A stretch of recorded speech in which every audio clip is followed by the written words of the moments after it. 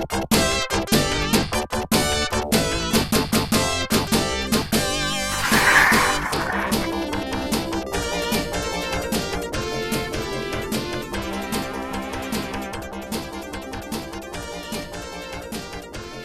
so in this video, we're going to look at about what happens when the objects are touching, right? And there's really, there's two ways that they can be touching. One is directly touching, right? So they're directly in contact, right? Or touching each other, as you can see in the picture of the example that we're about to do. Or they can be connected by a string. So I can have two objects connected by a string, and you're pulling on one object, okay? So really, to find the acceleration of these objects, or for the system, you're going to treat them as a whole system, okay? To find the acceleration, and then treat them separately if you define forces acting on each other. Because they probably will have different masses. Friction will affect them differently. The thing that you want to do is look for the simplest object. And the simplest object is the one really usually on one of the ends, and it has the force directly tied to it, okay, in some way. So if I'm looking at the quick little example I drew up here to the top left, right, this would be my simplest object, right, once I start breaking down my forces, because I have my applied force directly in contact with it, okay, which then will allow me to find, the tension in the string, and then I can find the tension in the other one, okay. So let's look at an example. It says two blocks are in contact on a frictionless table. A horizontal force is applied to one block as shown in the figure on the right. If M1 is 2.3 kilograms, M2 is 1.2 kilograms, and F is 3.2 newtons, what are the forces that each block experiences relative to each other? And now if F is now applied to block 2, are the forces experienced by each force as compared to part A greater than, lesser than, or equal to, and justify your answer. Okay, so let's find, so the first thing is like, what forces are they exerted on each other? So the first thing we need to do is find the acceleration of the blocks, okay? So what we're going to do is we're going to treat them as a whole system with this force, okay, being external to the system. And so if we kind of do our free body diagram for the system, this is what we end up with.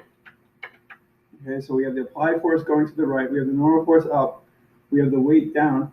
But our mass, because we're going to do the system, is going to be a total mass. So that would be 3.5 kilograms, okay? And so now we don't know if that plays into it. Probably won't play into it because we have a frictionless table. So we're going to do a sum of our forces in the x and y directions, okay? So we have with Fn minus Fg equals 0. Typical of anything on a surface, it's just going to be normal force equals the weight. Again, we're doing this for practice because at this point in time, we don't need it because we don't have friction. Okay, and so then we say the sum of the forces in the x direction is equal to ma. Okay, and then we're going to do there's only one force, ma.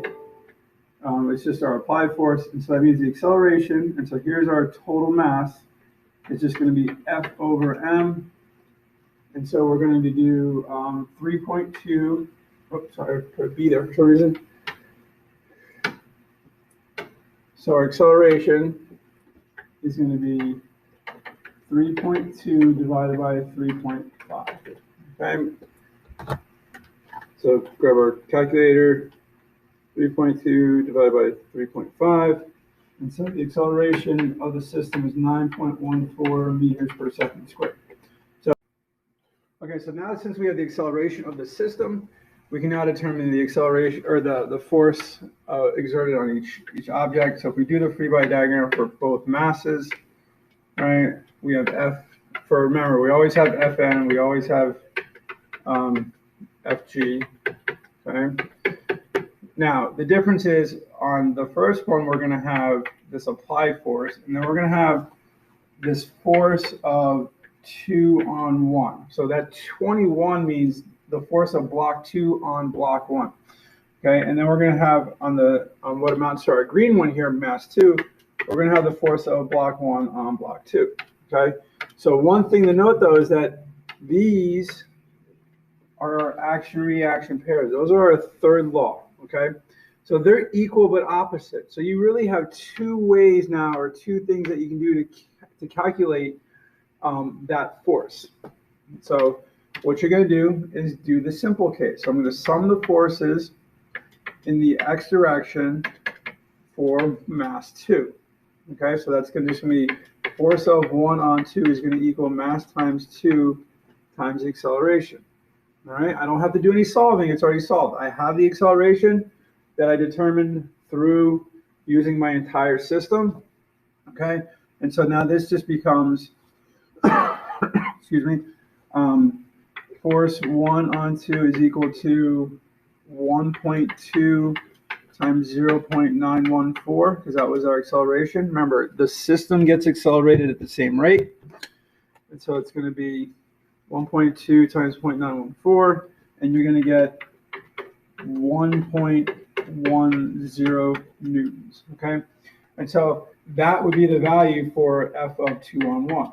Okay, if you want to double check it, go sum the forces on for the second one here, or for block 1, and then you'll find out F minus this would be equal to M1A, and you solve and you find that you're going to get the same answer. Okay. Now part B says now if the force is now applied to block 2 as opposed to block 1. Okay. Well, same force would produce the same acceleration. Okay. Our free body diagrams now for part B would change a little bit. Okay, so here's now our free body diagram for block 1 for part B. So note that, this becomes 2 on 1, right? And what's happening is the force is now being applied on block 2. So F is being applied there. So this is F of 1 on 2. So you can see what happens is, now the easy case would be to solve for the force on block 2, or block 1, excuse me. Right? And so it's going to be the same solving.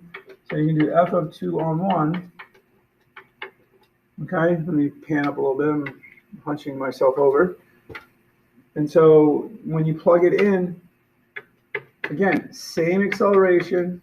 The only difference is that our mass is that where the easier case is block 1, which is 2.3 kilograms. Right, 0.914, same acceleration, same total mass, right? And so we're going to do 2.3 times 0.914, and we find that it's going to be 2.10 newtons. So if I go back and answer my question, is it going to be greater than, less than, or equal to? Well, it's going to be greater than. Okay, and basically what happens is, what's our explanation? Is because the force is being applied to the smaller block in this case, which means then it's got to exert a greater force to get the other block to move, right? So this, the force between the two in the second situation, this has to be greater, right? So has to be greater than our first situation, because it's like big block is pushing the small block. In the second case, small block is pushing the big block, which means it has to exert a greater force on it to get it to move. Okay, and so that would be our explanation for why is it greater than in the second, if we apply the force in the opposite direction. Okay, from here on out, we're going to talk about springs and then dynamics.